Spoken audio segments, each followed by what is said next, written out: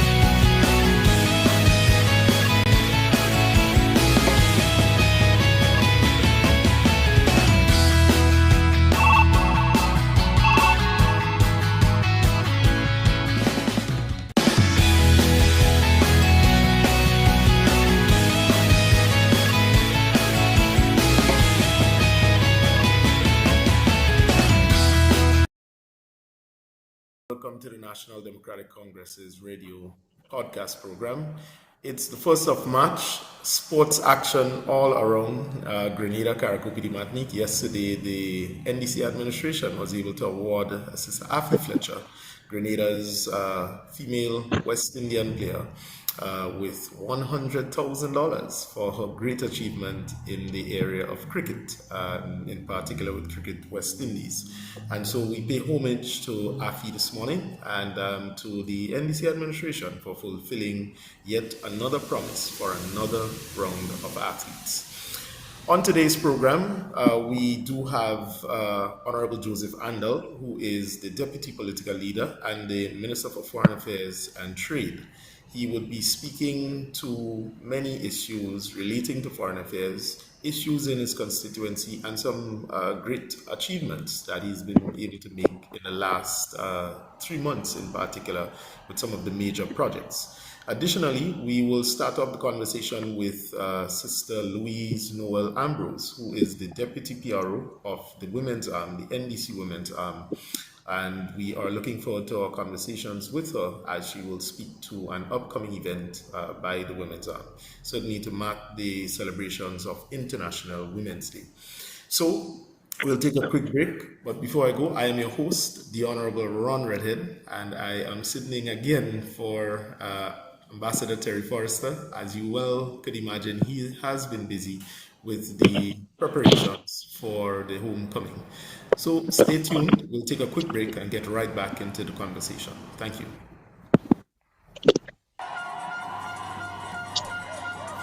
You have chosen unity over disunity. You have chosen resilience, flexibility, inclusiveness, and strength over infighting, weakness, vacillation, or wish-washiness. You have chosen boldness and courage over timidity and the same old, same old. You have chosen positive change and transformation. You have sent a clear and resounding message to the tri-island state of Petit Martinique, Carriacou, and Grenada that the National Democratic Congress is once more on the path of inspiring hope and belief in our people and in our nation. That the National Democratic Congress is once more on the path of beginning the process of creating a sustainable and brighter future for our young, vibrant, creative, and innovative population. You have recognized and honored and rewarded the tremendous contributions made by all of the NDC stalwarts. And for this superb choice, I say thank you.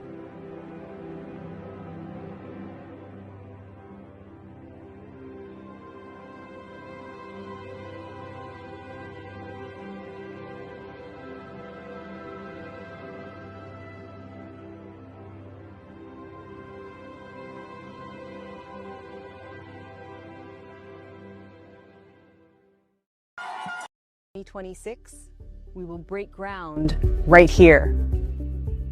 This is a once-in-a-generation opportunity to build a world-class facility, invest in our people, and deliver healthcare for Grenadians by Grenadians.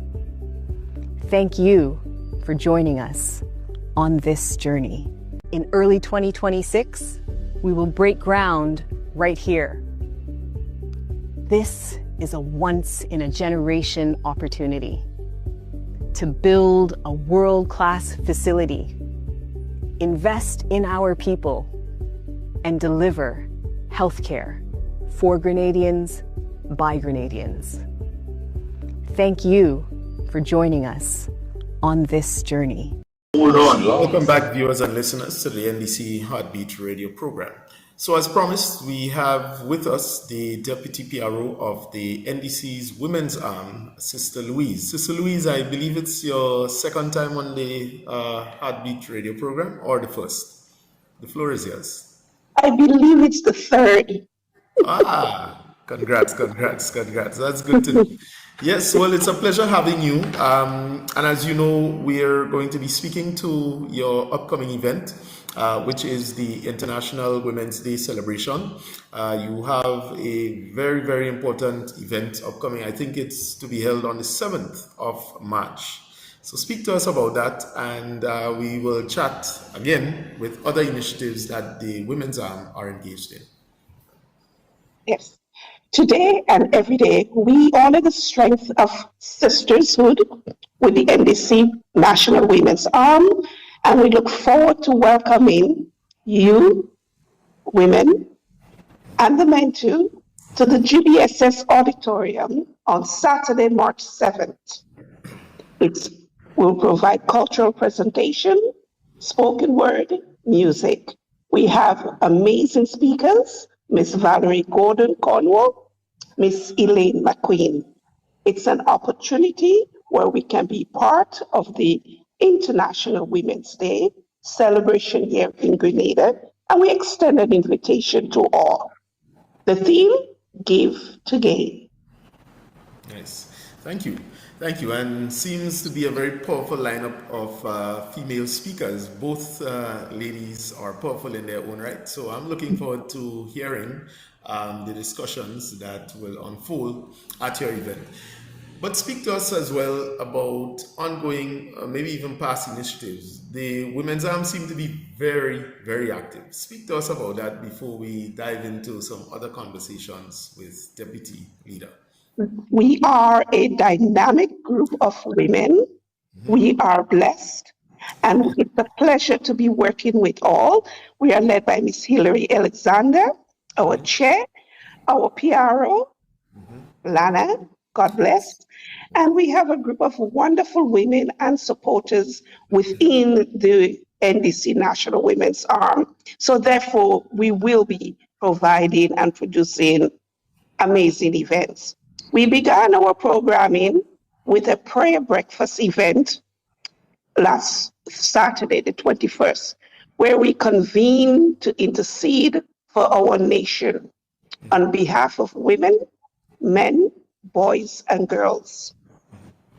We were fortunate to have members of the diaspora with us. We had the Canada chapter members there, as well as the New York chapter. And throughout the year, we have monthly events that we are expecting many to come in and participate with us. I myself is looking forward to returning in November for the annual fundraiser. Now, last year was a hit. The numbers was fantastic, and we're looking forward to increasing our numbers. So I will recommend people reserving the date in November. We look forward to everyone participation in 2026. We recommend visiting our Facebook page, NDC National Women's Arm, Grenada. Excellent. Thank you. And thanks very much for those updates, because I think by and large, and we recognize it, oftentimes when Chair Sister Hillary reports, it's just a number of activities all over and very successful. So again, we, on behalf of the National Executive Team, we would like to congratulate our women for the wonderful work that they are doing, and to come out to the event on March the 7th, 2026 at the GBSS Auditorium. So, Sister Louise, you for the go ahead. Sorry, go ahead. I want to say thank you for the opportunity this Sunday the Lord has made. I am in your place, Grenada. I've lost my voice, but that's okay.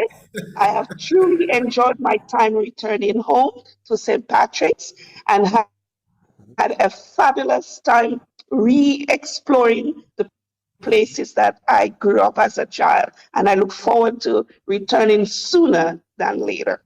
Excellent, excellent. Would you be down for the homecoming, I assume, in June? You're going to be there that for the homecoming? Is on my agenda as well. All right, lovely, lovely. Yes, well, it's always a pleasure to welcome you back home, Sister Louise. And again, thank you and the PRO for the wonderful work that you're doing with the Women's Arm. It's a love, it's a pleasure always listening to you guys and following the many events that you successfully undertake. So again, all the best to you, and we wish you the very success that you require for your event on March 7th. Thank you, Grenada. God bless. Blessings. All right, thank you. So, viewers and listeners, you heard it there from our NDC Women's Arm Deputy PRO. She was just giving and providing an update to you as to an upcoming event and some of the wonderful work that the Women's Arm is engaged in at the moment. So, as promised, we have with us the Deputy Political Leader, the Honorable Joseph Andal, who himself is preparing for the fire victims handing over ceremony today. That will be held in St. Patrick. He will be providing further details of it. We also have another event being hosted by the Honorable Prime Minister. It is a youth event. So as member of Parliament for St. David, the Honorable Prime Minister is going to be engaging with some young people today, and we will provide some updates for that event soon. But before we do, let me take the opportunity to introduce Mr. Joseph Andal, Deputy Political Leader and Member of Parliament for St. Patrick West and Minister for Foreign Affairs and Trade. Mr. Andal, you've been busy. What's up? How are you doing? Hi, MP Reddit and PRO. You're appearing in your capacity as PRO, so I just want to say how pleased I am to be on the program today and to have you as the host. I want to take this opportunity to send a shout out to my good friend, Ambassador Terry Forrester, who has been doing a fantastic job hosting the Heartbeat program over the past couple of years. I also want to shout out the backroom staff. People tend to see the host and the guest and forget that without people doing all the technical stuff in the background, there would be no problem. So I just want to say a special hello to all of them. And of course, send out warm greetings, Sunday greetings, March greetings to all of the people who are following you via radio or other platforms. Excellent. And thanks very much. So let's get right into the conversation. Now, I know that you're fresh from the CARICOM meeting, just recently held in St. Kitts and Nevis. I assume you would be giving further details as the weeks go on, but it's our pleasure to have you on both in your capacity as Deputy Leader and also Minister for Foreign Affairs, to at least give us an update as to the success of Grenada's participation in the recently held CARICOM meeting. So we'll start there and then follow the conversations as you see it. Yeah, so I only returned last night, and we had a carefully put together delegation, and we were quite focused on ensuring that a senior member of the trade division of the ministry was a part of the delegation, because very often countries might tend to think about the diplomatic side of things, but we must recognize that the diplomacy in and of itself should be a conduit towards achieving certain goals and objectives rather than being an exercise just for its sake. Yeah. So a few new members were welcomed at the CARICOM heads meeting, and in at least one case welcomed back. That's the case of the Prime Minister of Trinidad and Tobago. The President of Suriname was welcomed as one of the first female head of state of Suriname, and one of the few female heads of state or government in the CARICOM region. The Honorable Godwin Friday of St. Vincent and the Grenadines also made his debut at CARICOM. So the deliberations covered a wide range of topics, as you'd expect. Some are perennial, such as how to assist and work with the people of Haiti to achieve a level of peace, stability, and development in a holistic sense. The humanitarian situation in Cuba, and how we as CARICOM, as an entity, but also at the individual country level, can work with the Cuban authorities to provide some form of humanitarian assistance to the people of Cuba in this time of suffering, to put it bluntly, that they are going through. I will not get into specific details at this point. As you know, certain matters are best dealt with behind closed doors and not necessarily from a microphone, because you don't want to exacerbate situations. We face a number of challenges together. We have a number of things that we have to deal with. Some of them not necessarily voluntarily, but that's a way of life. If you only got to do things that you want to do, then you'll not be living in the real world. So you have to learn how to navigate challenges, how to negotiate, always bearing in mind the best interests of your country and your people, also taking into consideration the fact that you, from time to time, have to make concessions, because that's the way the world works. It's never you get 100% of what you want and leave the other person with zero. So it's up to us as a country to ensure that we face the geopolitical realities that are presented to us, that we navigate carefully, but also in a principled way that does not compromise our national sovereignty, that maintains the dignity of our people, and that, promotes cohesion within the CARICOM region, but also widens our outreach and strengthen the bond and strengthening the bond while strengthening the bonds of the people with whom we have relations and making new outreach on a daily basis. One of the things that the council endorsed was, we know about the CSMA, that's the Caribbean Single Market and Economy, the goal of which is to widen and deepen economic collaboration and integration within the CARICOM region. And the CSMA, one of the functions of the CSMA is to facilitate free movement within CARICOM. This is something that has been a little bit of a thorny issue and has not been implemented as quickly as some of us, if not all, would have liked. But sometimes progress is incremental rather than everything happening in one fell swoop. So the category of workers in the aviation industry has been endorsed by the council for inclusion in the different skills categories that are eligible for free movement within the CARICOM region. You may know that Grenada and many of the other small countries, we do have massive skills deficits in terms of aviation engineers, in terms of pilots, in terms of service personnel, mechanics, and so on. And therefore, the Council thought it prudent to include this category in the free movement milieu.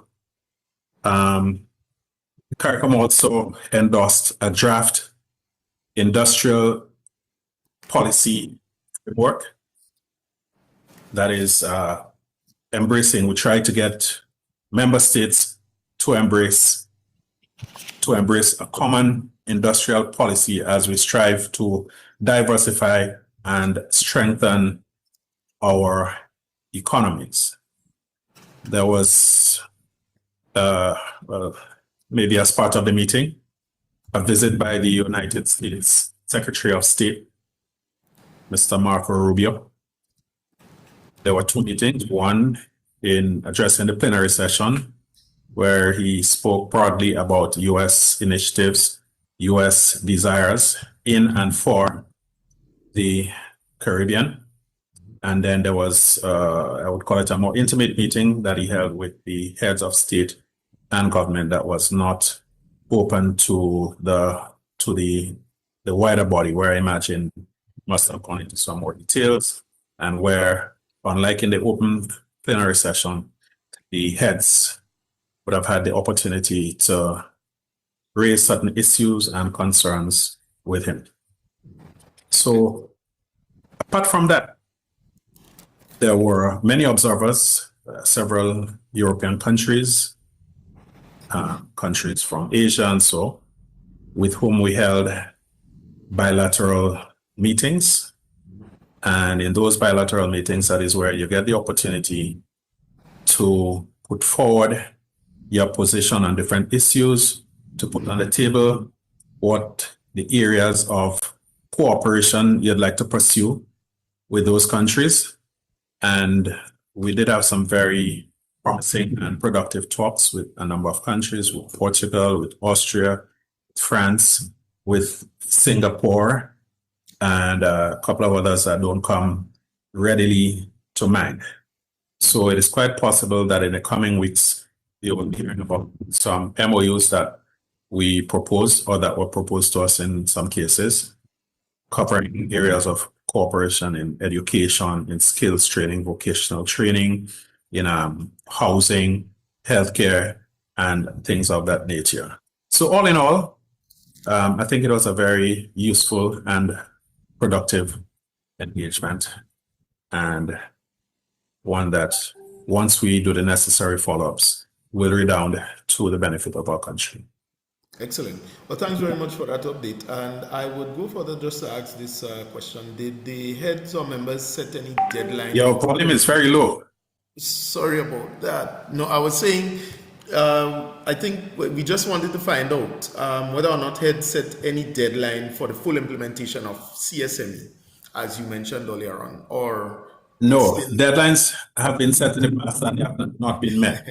So the new approach is to take it from the point of view of the so-called coalition of the willing, that once you have a minimum of 3 willing to implement any aspect of the treaty, then you start with that, and others, as and when they see fit, will come on board.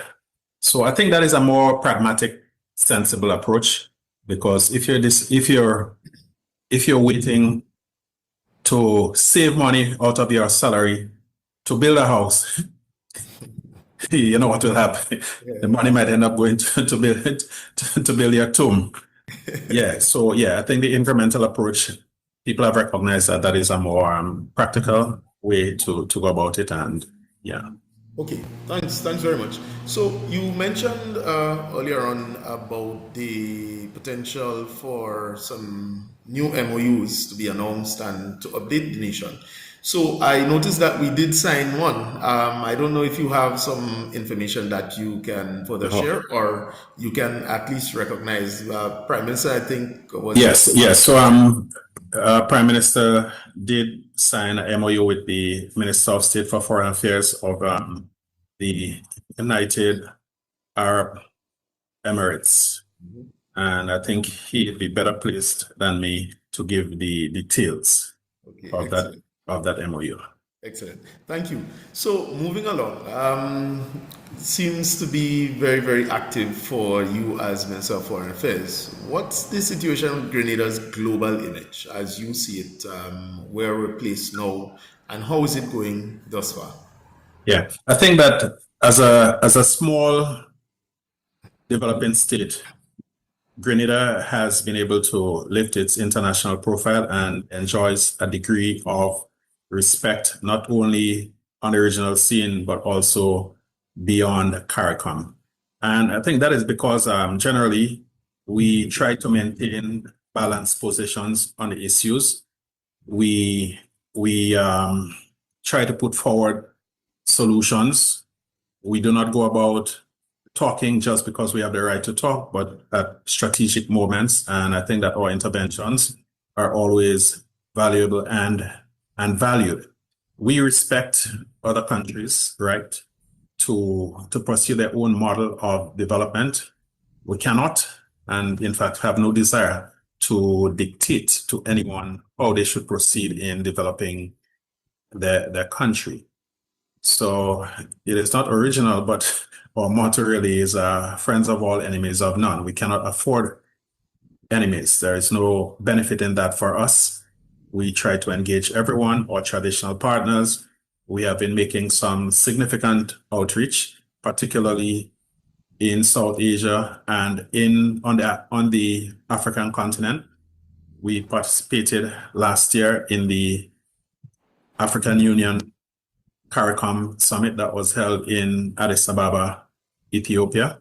And those engagements continue to bear fruit, because when you go out there and you make the necessary outreach, you come into contact with individuals and organizations, governments that are in a position to extend certain forms of collaboration possibilities.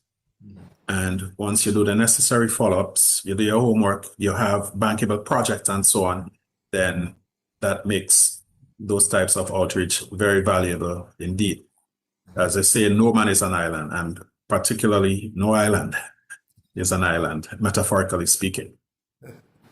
Yes, very, very true. Well, thanks very much for that update. And I noticed that you mentioned Cuba a little bit. I noticed that the ambassador to Cuba, Ambassador Glenn Noel, they were able to put out a release and to inform of a potential evacuation plan for the students.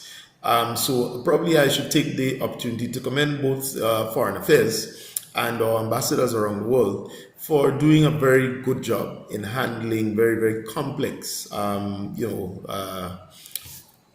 affairs challenges thus far. And I mean, it's something very progressive. What say you to that? Because we did evacuate our students when Hurricane Melissa was threatening Jamaica. So it's nothing new, but it's now going to be something that we can look forward to in the future. Yes. So one of the main responsibilities of the Ministry of Foreign Affairs is to look after the safety and security and general well-being of Canadian citizens in other countries, particularly in those where we have a physical presence.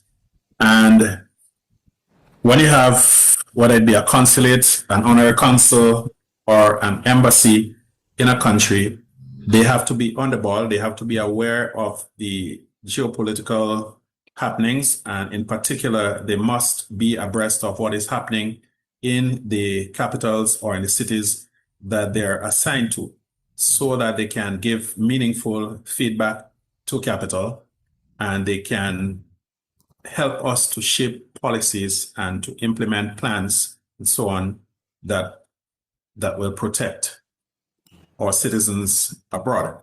So we have been proactive as best we can, considering the deep crisis, economic crisis that Cuba is faced with. And given that we have a few dozen students there, we have embassy personnel there, I think the correct thing is to weigh up the situation and to try to visualize different possibilities and to come up with plans on how to deal with certain eventualities if they arise. So that is what our ambassador and his staff, in coordination with ministry personnel back home, has been able to do in the case of Cuba. There is another area now where our ministry is quite actively involved, and that is in the Middle East. As you know, we have a consulate in Dubai, and given the recent unfortunate military activity in that part of the world, we have to be monitoring the situation. We have to ensure that as best we can, that our citizens there, we have a few Grenadian, homegrown, born and bred Grenadians living and working in Dubai and possibly in other parts of the UAE, probably Abu Dhabi, right, which is the capital. We also have quite a number of CBI citizens residing in Dubai and in Abu Dhabi and possibly other parts of the United Arab Emirates. So it is our responsibility to ensure the safety of our personnel and our citizens. Just a couple of hours ago, I was in conversation with Consul General Rahman, and again, due to the sensitivity of the ongoing conflict, I would not want to be making public pronouncements other than a call for all those involved in the conflict to let good sense prevail, to resort to dialogue, to de-escalate, to try not to spread the fighting to third countries, because the more it spreads, the worse the implications are for the combatants, but also for people who are not directly involved in it. This is an area that is very sensitive to international trade, particularly energy supplies, oil and gas. And any disruption there will almost automatically trigger astronomical, in some cases, increases in the price of oil, which will have direct and immediate impact on countries like Grenada. The cost of electricity is one of the greatest drivers of the cost of doing business in any country, cost of energy. And we cannot afford to have a situation where gas prices go up radically, driving up the cost of electricity, the cost of transportation, the cost of shipping, the cost of insurance related to shipping, the disruption of the supply chains, all of which will only lead to higher prices and greater economic difficulty, not just for those participating in the hostilities, but for bystanders such as Grenada and other parts of the world. So our hope is that the hostilities will come to as quick an end as possible, and that our citizens there are safe. And I take this opportunity to extend condolences to all of those who have lost loved ones in the conflict, regardless of which side they're on. At the end of the day, they're all human beings. They have families, they have children, and so on. And it's never an easy thing when people go out there to represent the country, regardless of how one may feel individually. At the end of the day, it's human beings you're talking about. Yeah. So we also are doing some contingency planning for our Dubai mission in this climate of open warfare in that part of the world. Yeah. Well said, well said. Thank you very much, and we are certainly continuing to pray for their safety in this, as you mentioned, open warfare. Yeah, you need to. I'm not hearing you well. No, I was saying well said, and we are certainly praying for their safety in this open warfare, as you mentioned, environment. So, Minister, well, thank you very much for that update, and let's move now to something closer to home. Grenada is embarking upon, in June of 2026, the homecoming segment. I know you were out of state when the press conference did occur, but I'm certain that you're following, and you're certainly going to be wishing it all its very best, all of the organizers and planners who are behind the scenes trying to make this reality. It's something that we believe can bring Grenadians who are not at home closer to home now, and in a more organized and structured fashion. Speak to us about that and tell us a little bit about the background, probably even planning and rationale for something like that. The homecoming is a brainchild of the Ministry of Foreign Affairs, Trade and Export Development, and the concept was developed by staff headed by Permanent Secretary Hutchinson and Diaspora Affairs Ambassador Terry Forrester and his team. So what do they wish to achieve? We want to bring Grenadians back home, born Grenadians, second generation Grenadians, CBI Grenadians, to come and reconnect with the homeland. We want to expose them to and expose to them opportunities to invest in various sectors of our economy, in the healthcare sector, in construction, in education, in infrastructure, manufacturing, trade, transportation. There are multiple opportunities in Grenada for people who have capital and are looking for a safe destination to invest that capital in. So different activities, thematic activities will form part of the homecoming, so that people will be able to pick and choose which ones they want to be part of based on their interest, based on the areas of expertise and qualification, and so on. Excellent. Thanks. So, well, unemployment is down, investment is up, and if more people would be coming, it will only be up from here. So it sounds very, very good. It's a very, very good initiative. Yeah. Look forward to its success. Yes, and it will also provide opportunities for people in the creative sector, because obviously, especially heading into the carnival season around that time, school just about to close down, will be having the graduations and so on by then. It will be an opportunity for people in the creative sector, in the hospitality industry, to enjoy a lift, a little fillip to their economic activities. And so we'll be encouraging people who have the possibilities of upgrading their apartments, of getting into the Airbnb or Airbnb type business.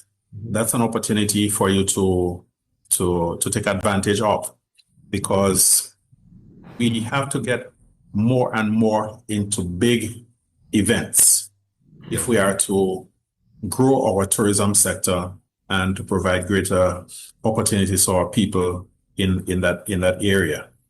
Hotel rooms, we need a couple thousand more hotel rooms. We need convention space, because that is something that a lot of countries are able to take advantage of. If you remember last year when we did the massive active conference, even though it was held outside of the normal peak tourist season, there was difficulty in finding hotel rooms for our guests. For independents, just gone. A number of people from Nigeria and other countries wanted to come to Grenada to celebrate with us, but due to, again, our being at the height of the tourist season, they could not find accommodation. So I guess they did not have the opportunity to make bad decisions, right? Yes. So all of these are things that we have to get into to get our people more integrated into it. One of the things that I'm quite hopeful that we'd be able to present to members of our diaspora at that time is an amended Act of Parliament that would extend citizenship to Grenadians beyond those currently automatically eligible, right? I think many people don't know that, for example, you can have let me give a scenario. Real life one. I have a sister who has two daughters. One was born in Grenada and the other was born in the US. The children of the one who was born in Grenada, they are automatically entitled to Grenadian citizenship. Yeah. The children of the one who was born in the US, they don't have that same privilege. So that is something that we have to look at. And what is the benefit in extending Grenadian citizenship to generations beyond those who are currently eligible? You widen the national talent pool. You have access to people who, let's take sports as a very obvious example, Yeah. who, because of their blood connection, we now have access to their talent. People in the field of engineering, in any other field, in agriculture, construction, they now have fewer hurdles to cross to be able to make a contribution to the national development effort. And so, considering the skills deficit we have in a number of areas, considering our small population, that is a very sensible decision. So while I cannot put my head on the block, I will fight ahead and push as much as possible for us to have the legislation in place so that by the time they get to Grenada, they have something tangible to look forward to and to celebrate. Excellent. Thank you very much for that update. It seems a lot is happening in foreign affairs, man. You need to come on. Man. You need to Things come on. happening, man. Things happening. Definitely. Well, thanks, viewers, listeners. You've been following there the Honorable Joseph Andal, Deputy Political Leader and Minister for Foreign Affairs Trade, and also Member of Parliament for St. Patrick West of the National Democratic Congress. At this moment, we will take a very quick break and then we'll get back into more conversations surrounding MP's constituency. So please stay tuned as we continue the program. Thank you. Grenada is moving forward, and the young people like you are at the heart of it. The National Democratic Youth Movement is all about connecting, learning, and making real impact. This is your chance to be a part of something bigger, to grow, to lead, and shape the future while making a difference. If you are ready to step up, have your voice heard, and help build a better Grenada, then the National Democratic Youth Movement is the organization for you. Join us because you are the future.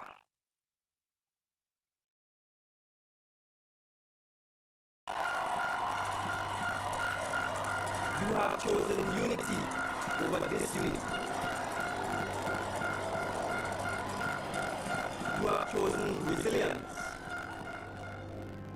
flexibility, inclusiveness, and strength over infighting, weakness, vacillation, or wish-washiness. You have chosen boldness and courage over timidity and the same old, same old. You have chosen positive change and transformation. You have sent a clear and resounding message to the tri-island state of Petit Martinique, Carriacou, and Grenada that the National Democratic Congress is once more on the path of inspiring hope and belief in our people and in our nation. That the National Democratic Congress is once more on the path of beginning the process of creating a sustainable and brighter future for our young, vibrant, creative, and innovative population. You have recognized and honored and rewarded the tremendous contributions made by all of the NDC stalwarts. And for this superb choice, I say thank you.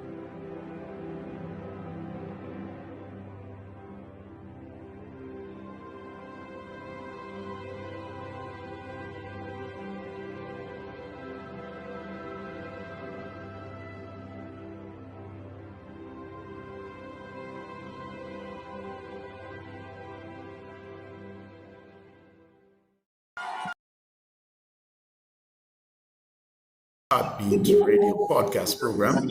We are You're having a lot of feedback. With the Honorable Joseph Andal. Yes, we do apologize for that technical challenge there. But we're discussing, as mentioned, with the Honorable Joseph Andal. And Brother Andal, before we took the break, you mentioned things happening.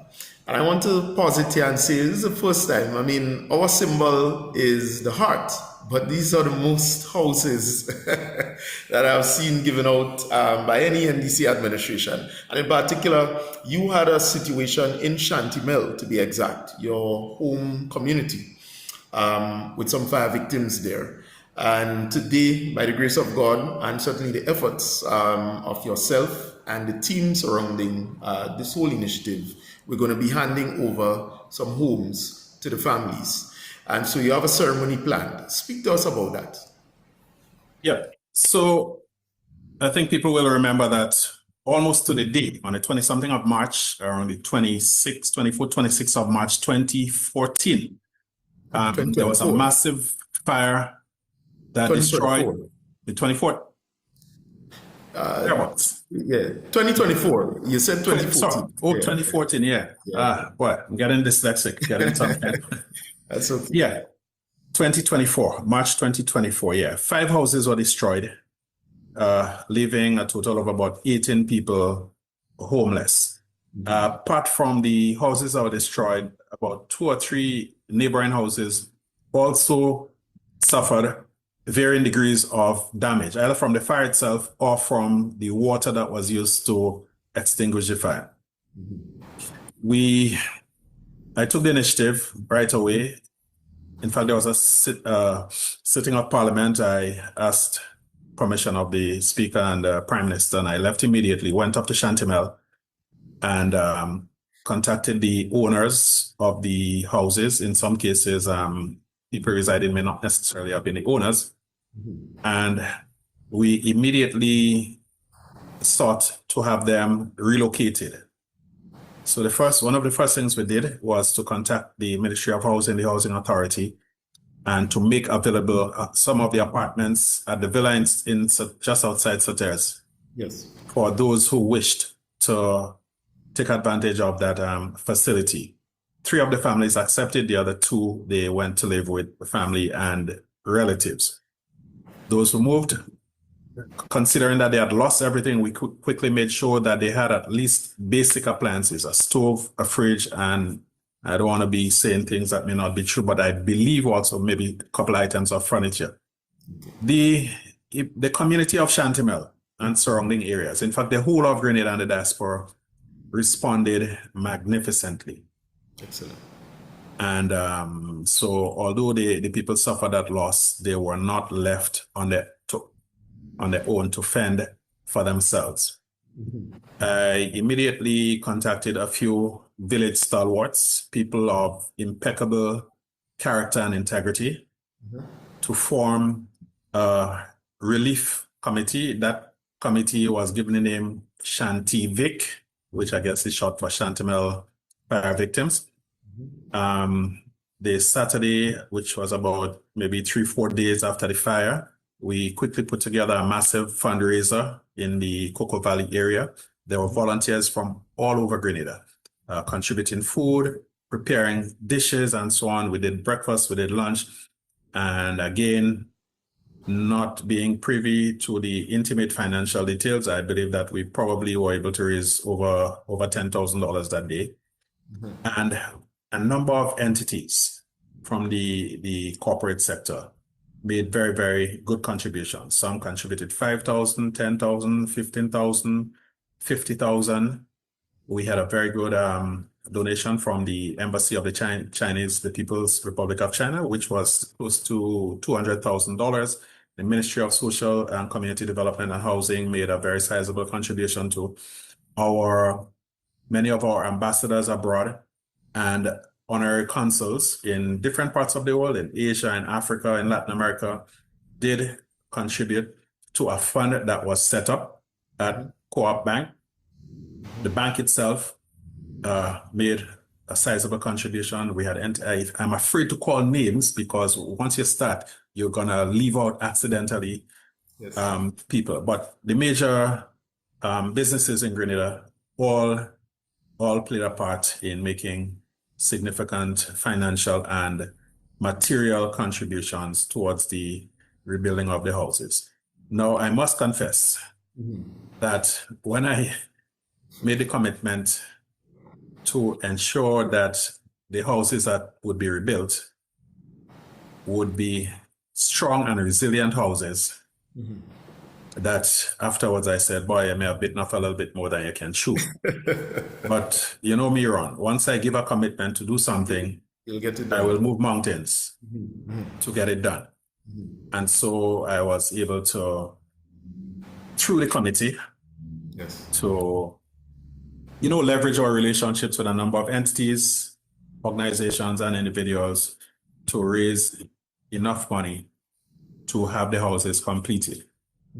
While I'm saying that, we still have some debt. At last count, I believe it was still probably close to $100,000 that we owe into some service providers, people who provided blocks, concrete, and other things. Some of the smaller contractors, we still owe them smallish sums of money. To them, it's a lot, but considering the overall cost of the project. So although the houses are being handed over today, we'd still appreciate any donation that can be made into the account at Grenada Cooperative Bank Limited. If you're not sure, I do not offhand have the bank account in my head, but you can always contact Coop Bank to find out about the Scientific account and to make your contribution still, so that we can tie up neatly that project. Excellent. So all of the utilities are installed now. I think there was a little accident with one of them, I heard. There may be another one that has a little outstanding issue, but by and large, the houses are habitable. They are fully concrete structures with hurricane-resistant roofs. Nice. They are built in a way that there are 2 bedrooms upstairs and sufficient space downstairs to add another bedroom or 2, if and when the occupants are able to do so. Now, the main reason for my committing to doing concrete houses was that the houses are extremely close together. Yeah. And you really do not want to run the risk of doing wooden houses again, only to have everything go up in smoke in the event of an accident or anything like that. All right. So this was a one-off because they were clustered so closely together. I thought that was a more sensible thing to do. It would pay off in the long run. And the people, having lost everything that they had, would now have the comfort of having and the security of knowing that they are much better placed than they were before. So I take this opportunity to say a massive thank you to every entity, every individual, to all of our ambassadors, honorary consuls abroad, the community of Chantemelle and surrounding areas who participated in that gigantic effort.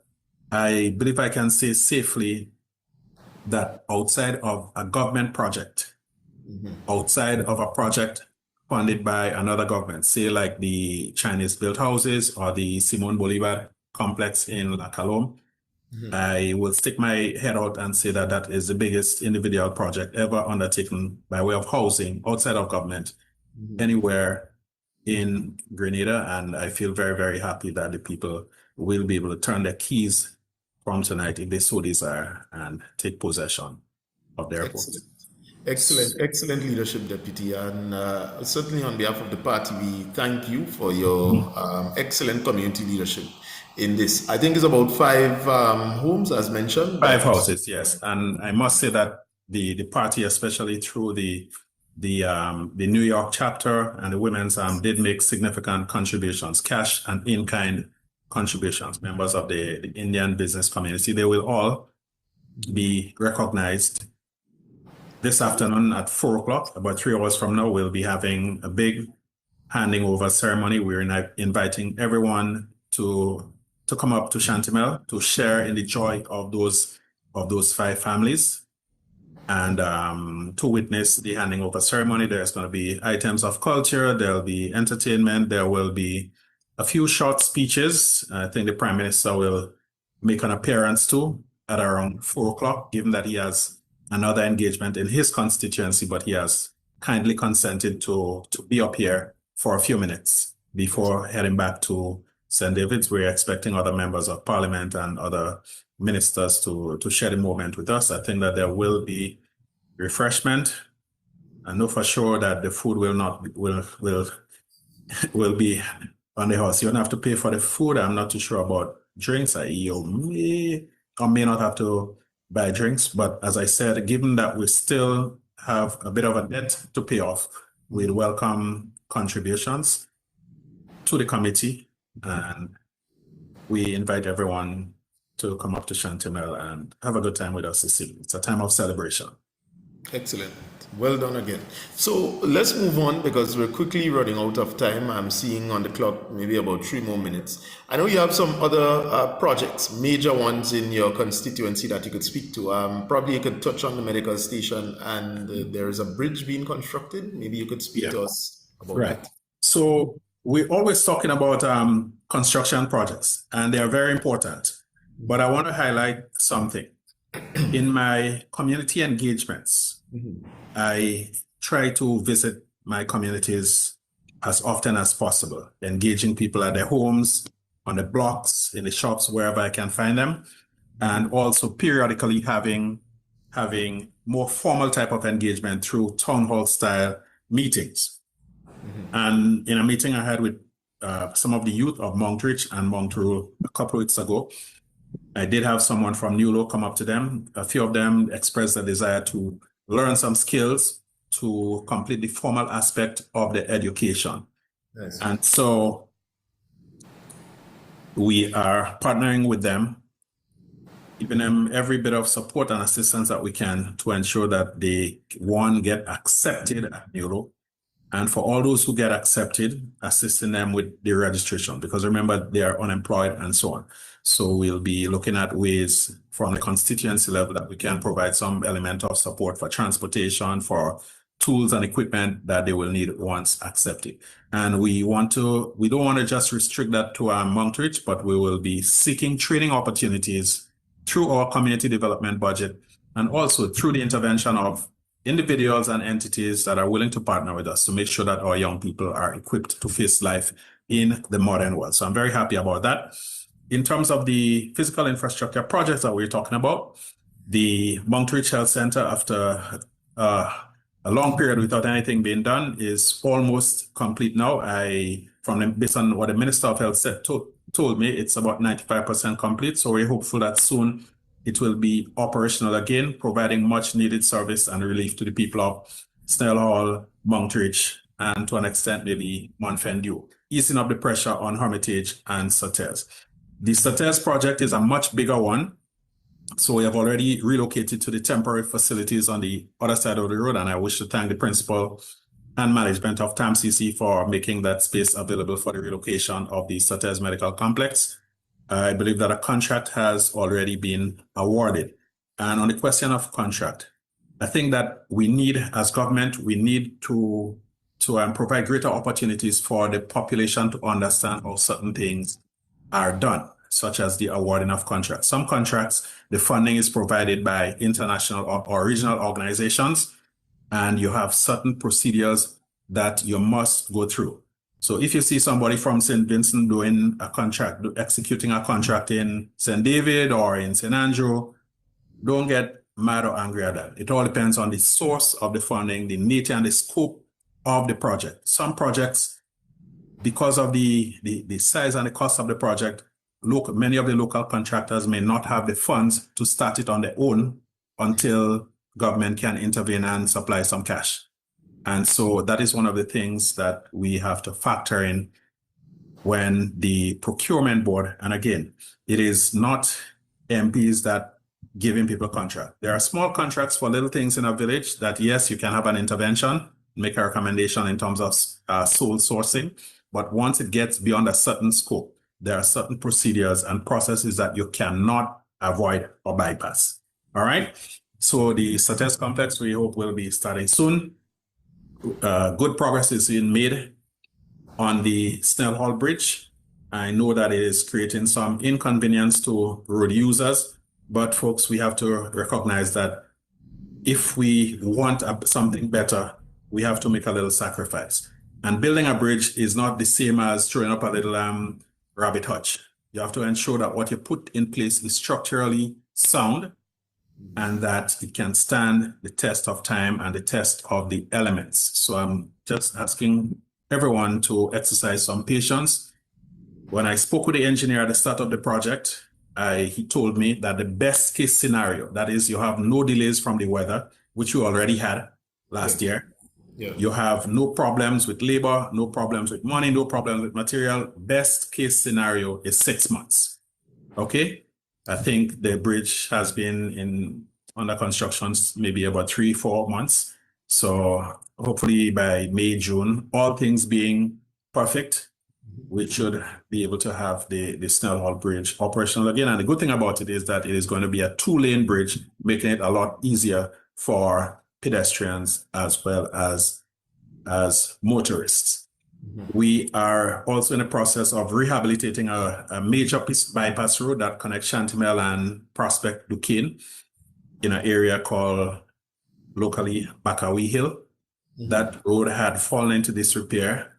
And we believe that, well, not believe, we know that once it's motorable again, it will take a lot of pressure off people. It will cut the distance between Chantimel and Duquesne, because all you have to do is just hit that back road and go down there, and it will save you about maybe 2 or 3 minutes. All right. Also, whenever the Samaritan Bridge has to be repaired or more likely rebuilt, that will have to serve as one of the alternative routes for people wishing to get to Chantimel or Marley, Sates, and so on. So we think it's very, very important. We are doing it in phases, and I'm pushing as hard as I can to ensure that the funding is available to do it, even if it's bit by bit, so that hopefully by the end of this year or sometime next year, we'll have the whole road totally paved and fully functional. Thank you. Yep. Right. So, unfortunately, we lost our listeners on the radio due to the time elapsing, but we will continue just for a few more minutes, Mr. Andal, as we wrap up. So, speak to us finally, probably your closing remarks as Deputy Leader of the National Democratic Congress. Any specific message you want to leave with our supporters? I know you always often say one at the leadership level, but I don't know if you want to repeat that one. Something about your best days in X will be your worst days in Y. I don't know if you have a closing message. Yes. Yeah, I think we have to keep reminding ourselves that we had spent a long time in the wilderness, out of government. And I know that in that period, a lot of our members and supporters, they have felt or may actually have been victimized, marginalized, and so on. And some might have the idea that, it's our time now and we're supposed to get this, that, and the other, and so on. I just wish to assure everyone that we need to stop and pause. We have done quite a lot in a short period of time. We have ticked nearly all of the boxes from our manifesto at national level and also at constituency level. You have party and a government that are extremely responsive. Apart from the days of the revolution, this is the only time that you would consistently see your government coming to you through town hall meetings. This is the only time that you would see your MPs going village to village, having village meetings, town hall meetings, and engaging you. And we always have to remember that as much as we'd like to ensure that not only NDC supporters, but that all Grenadians feel some sense of ownership, that the benefits are there for all. The restoration of the pension, everyone benefits from it, even if you're not a government pensioner. The fact that the people who got their gratuity and who are getting a pension can now do things that they were not able to do before, it means that the gardeners are getting work, the plumbers are getting work, the electricians are getting work, the gas stations, the car dealers, everybody is benefiting from that.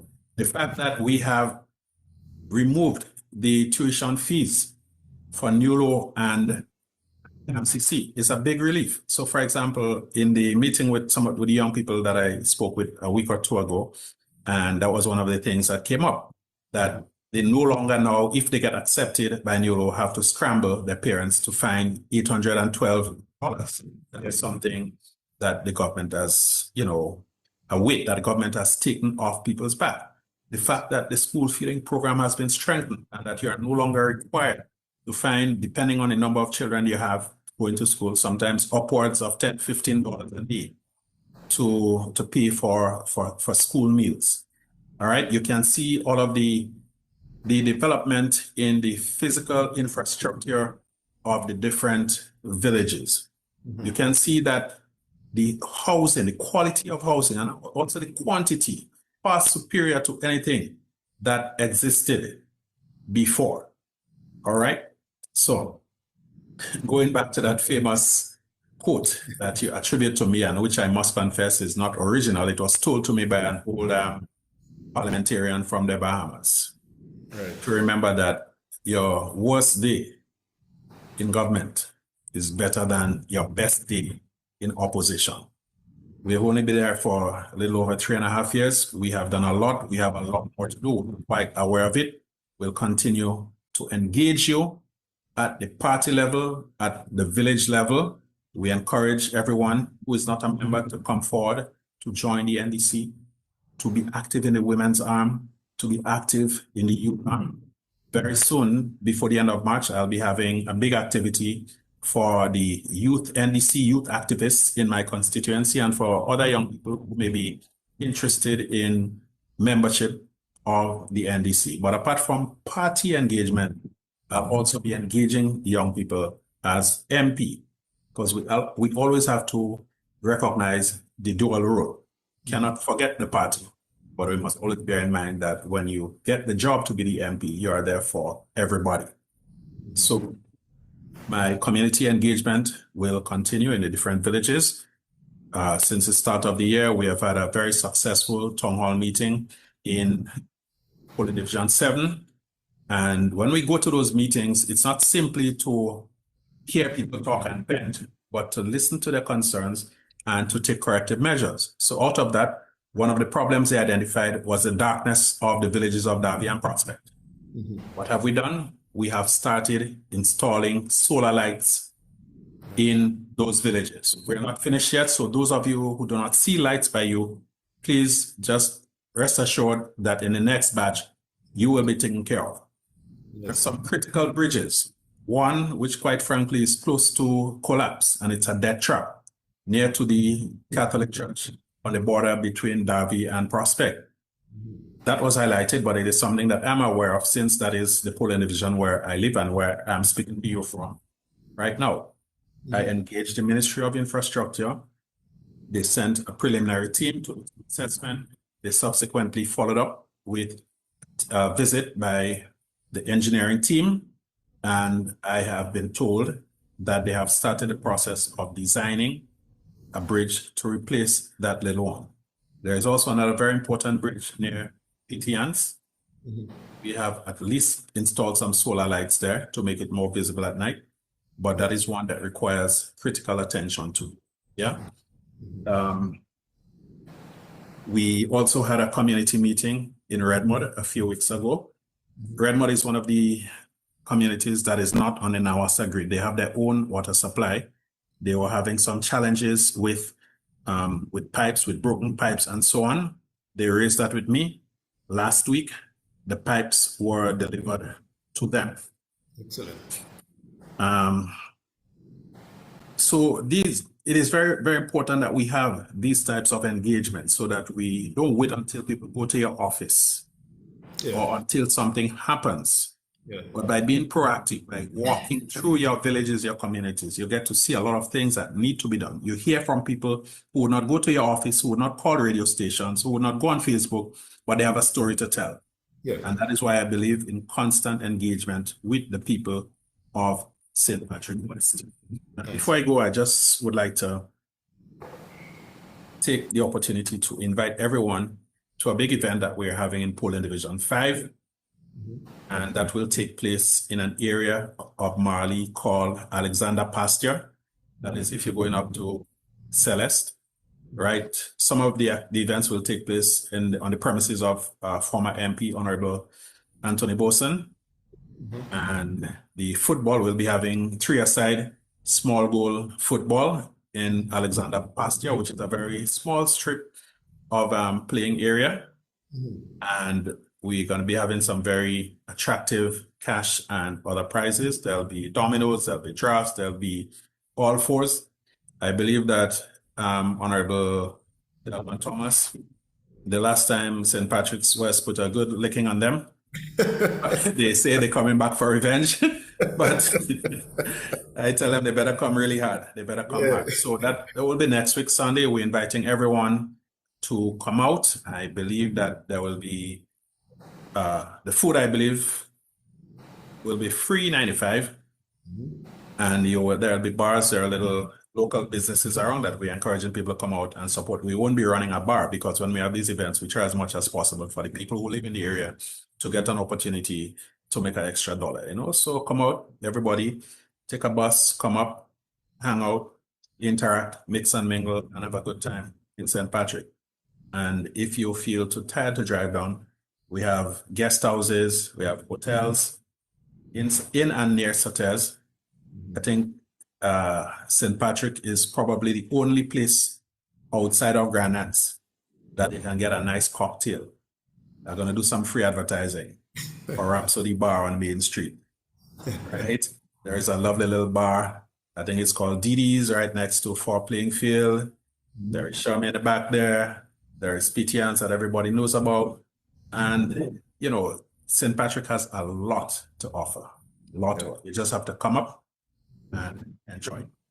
Excellent. And see for yourself. Yes, well said, well said. Thank you very much, Deputy. You've been listening to the Honorable Joseph Andal, Deputy Political Leader of the NDC, Minister for Foreign Affairs and Trade, and also the Member of Parliament for St. Patrick West. Viewers, listeners, this ends your program here this afternoon. It was a long one, but nonetheless, very, very productive, very informative.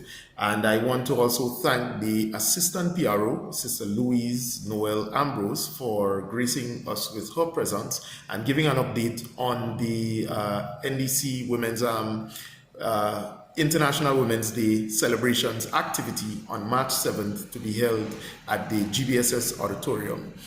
She gave a mouthful there, and we would be able to share the flyer and poster on the various social media platforms as mentioned, and it's up there right now. You can go and view. We have this afternoon 2 events we would like to invite you to. One is going to be at the current community center.